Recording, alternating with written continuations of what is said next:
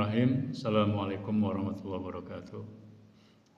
Saudaraku yang muliakan, Rasulullah SAW pernah bersabda, "Ma naqasat shadaqatun min malin."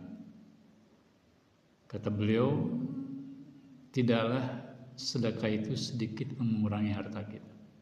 Hadis ini diriwayatkan oleh Imam Muslim. Ini sebuah jaminan dari Rasulullah SAW.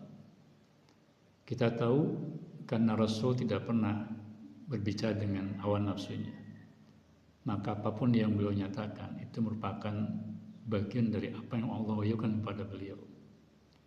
Maka seorang mukmin harus percaya, harus yakin bahwa ketika dia bersedekah, maka tidak akan sedikit pun mengurangi harta.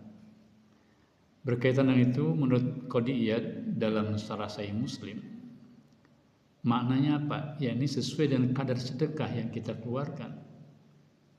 Allah akan menambah, mengembangbiakan dan memperbanyak harta kita.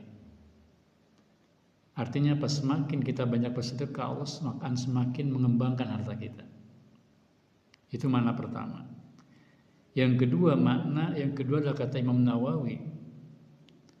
Kata beliau, sedekah akan menjadikan harta kita itu dilimpahi banyak keberkahan.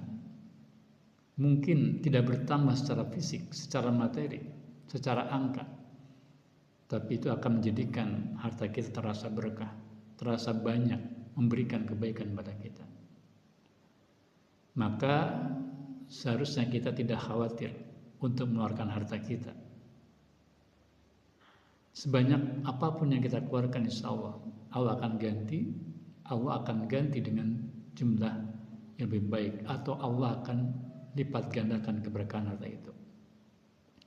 Maka bagaimana para generasi terdahulu, seperti yang sangat terkenal adalah Abdurrahman bin Auf misalnya, di mana beliau bersedekah seperti orang yang tidak pernah takut jatuh miskin. Suatu ketika beliau pernah menjual sebidang tanah di Madinah seharga kira-kira 40.000 dinar, dan kalau diuangkan dengan rupiah hari ini itu sekitar 200 miliar.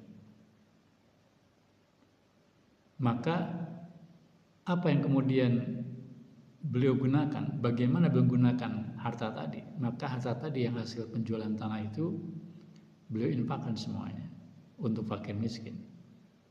Itulah Abdul Auf.